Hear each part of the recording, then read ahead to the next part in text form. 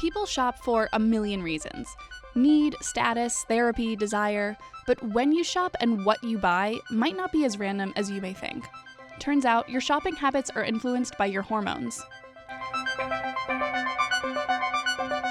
Hormones exist to push us toward reproduction. And reproduction is a competitive thing. To find a mate, you have to beat out other likely suitors. If you're a man, your primary ruling sex hormone is testosterone. For women, it's estrogen. The higher levels of testosterone or estrogen you may have, the more likely you are to buy items that will signal your status to the opposite sex and help you in the quest for mini-yous. While cis men don't have a prodigal Aunt Flo showing up every 28 days, they do in fact go through their own hormonal cycle. Only it's less a cycle and more of a wave of hormonal fluctuations that can be influenced by everything from stress, exercise, to lack of sleep, and even nutrition. Christina Durante of Rutgers Business School studies how hormones drive desire and our shopping habits. Unfortunately, there's a lot of stereotypes that exist about women and situations in mood across the cycle because our hormones are the puppeteers of our social behavior.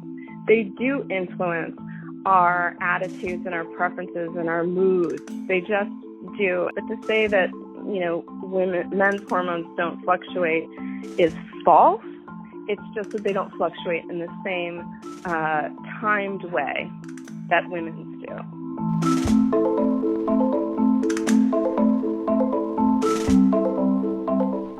Throughout history, the ability to provide and protect has been a way for men to attract a mate.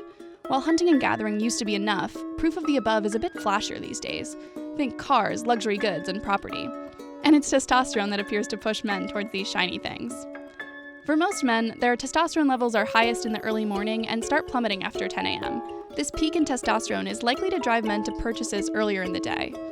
Men's testosterone levels also tend to drop as they get older, which may explain the cheap old man stereotype, alleging that men of a certain age are averse to spending on literally anything. So if we want to think about how high testosterone might influence consumer behavior, and it does. So men are more attracted to flashy cars. If you put a woman in front of a car, they're more likely to want to buy it when testosterone levels are higher. So they're more likely to seek variety in consumer purchasing. These kinds of effects of testosterone on consumer behavior are going to fluctuate depending on the time of day for men. Hormones affect how women shop too. Studies suggest that women's shopping habits can indeed be mapped along the lines of your period. Days 1 through 7, menstruation. Your hormone levels are at their lowest when your period starts, making this the least likely time of the month for them to have any real effect on your shopping habits. Translation, this is the time you're least likely to impulse shop and most likely to make the more practical buys. Think essentials, cleaning supplies, tampons, transportation, tampons. Days 8 through 14, ovulation.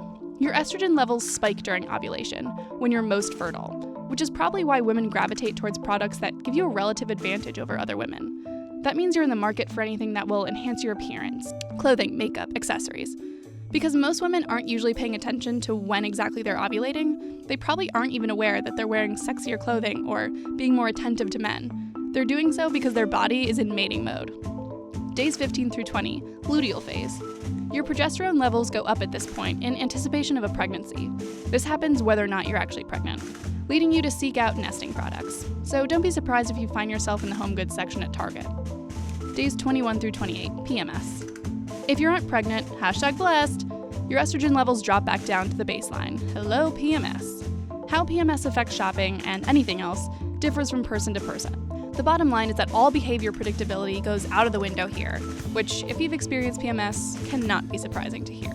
When women go shopping in general, what we find is that what women are generally thinking about is, what are other women wearing? How might I look in these things? Or how might I feel when I wear these things in comparison relative to what other women are doing in my social network, my neighborhood? What are other women around me doing and wearing?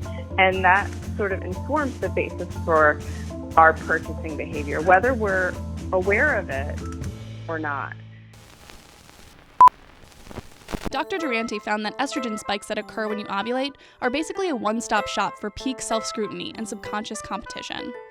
To test this theory, Dr. Durante did a study surveying 309 women of various races, ages, marital statuses, and income levels, and divided the subjects into two groups: a low fertility group, less driven by hormones, and a high fertility group, more driven by hormones.